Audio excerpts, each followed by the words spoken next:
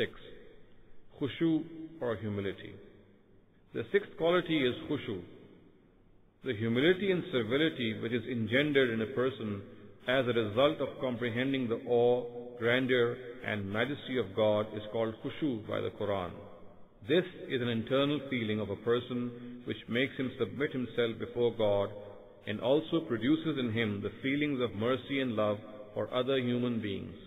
In the first case, its best manifestation is the prayer, especially the tahajjud prayer, when a believer communicates with the Almighty while being cut off from the world, and nothing except the remembrance of God and gratitude to Him fill his secluded moments. In the second case, this feeling affects the whole personality of a believer and makes him an embodiment of affection for his family and very caring and sympathetic towards his friends, neighbors, and acquaintances, and a fountainhead of guidance for the society. Consequently, it is because of such kind, humane, and benevolent people that comes into being a society which is a paradise of God on earth and the objective and desire of every upright person. 7. Charity. The seventh quality is being charitable. One level of spending in the way of God is that one should pay the obligatory zakat from his wealth. A higher level is that he considers whatever wealth remains with him after spending on his personal and business needs to be the right of the society, and whenever he sees the need, he wholeheartedly offers his help. The third and the highest level in this regard is that he fulfills the needs of others while sacrificing his own needs and ignoring his own desires. The words, those who give in charity, can be used for all these three levels. However, when enumerating the qualities of a person he is called so, it would primarily refer to the highest level mentioned above. In other words, this quality in a person means that he is a generous and large-hearted person who is always on the lookout to spend in the way of God. This actually is a manifestation of the previously mentioned khushu, this time in relation to human beings. It was for this reason that the prayer and spending in the way of God are generally mentioned adjacently in the Quran. 8. The fast. The eighth quality is keeping the fast. It specifically targets disciplining the soul and nurturing patience. The Quran says that its objective is to attain piety or taqwa. Thus the words as-saimin, which mean those who fast, are used while enumerating the qualities of a person.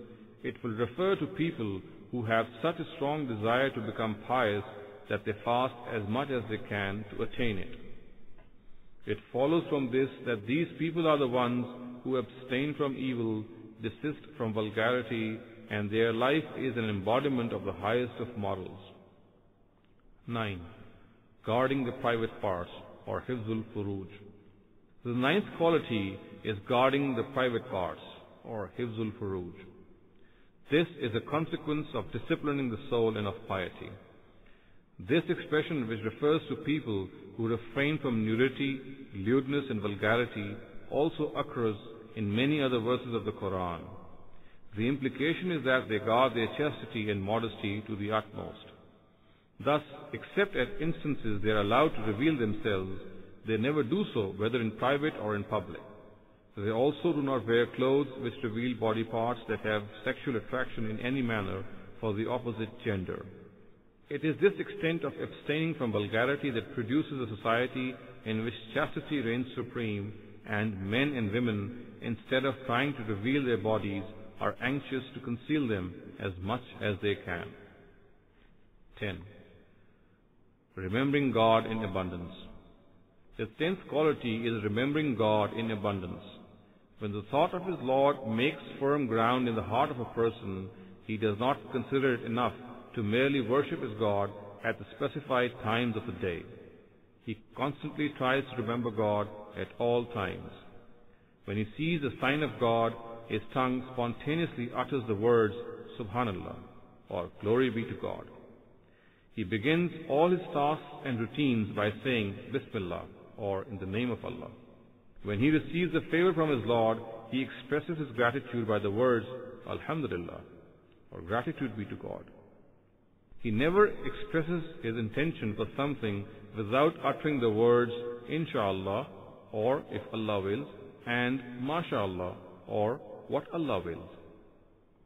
He seeks God's help in all his affairs. He asks Him for His mercy on every calamity that befalls him. He turns to Him in every hardship. He remembers God before going to sleep and begins his day by taking His name. In short, at all instances and at all moments, he is constantly in contact with his Lord. Not only this, when he prays, he remembers God. When he fasts, he remembers God. When he recites the Quran, he remembers God. When he spends on the poor, he remembers God. When he abstains from sin, he remembers God.